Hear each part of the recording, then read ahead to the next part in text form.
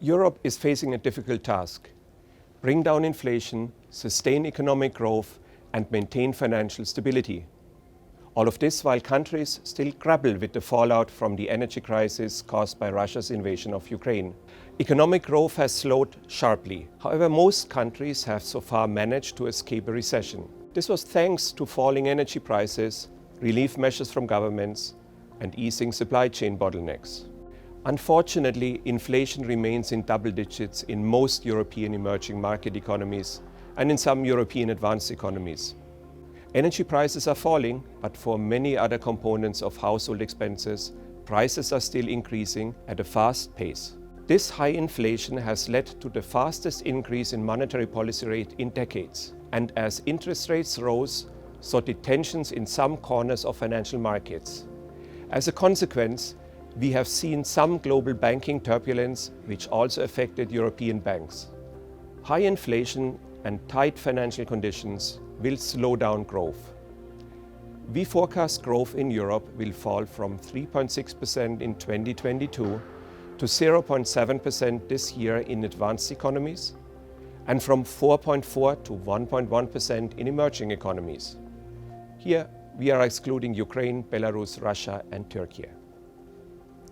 Economic growth should slowly pick up in 2024 to reach 1.4% in advanced economies and 3% in emerging economies. However, it will take a while for inflation to come down because the impact of tighter monetary policies will be felt only gradually.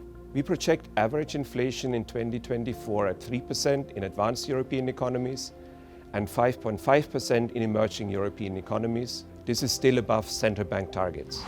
There are risks, of course.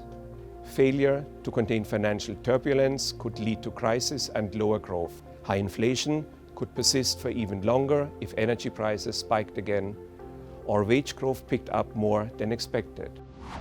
So, what are policymakers to do?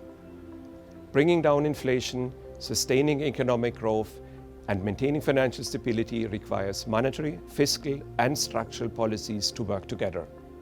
First, monetary policy will need to remain tight for an extended period.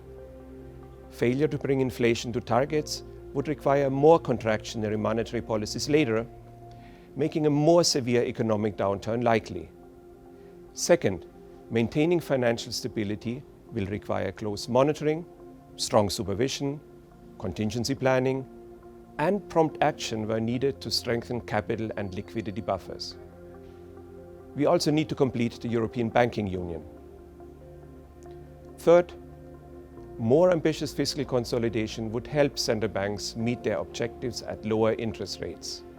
This would support financial sector stability and help governments build buffers for future shocks. And finally, structural reforms should prioritize supporting growth and reducing inflation. We need to help people join or stay in the labor market, and we need investments to lift Europe's productive capacity and speed up the green transition. This is an ambitious set of policy actions, but implemented together, it will make the European economy stronger and safer.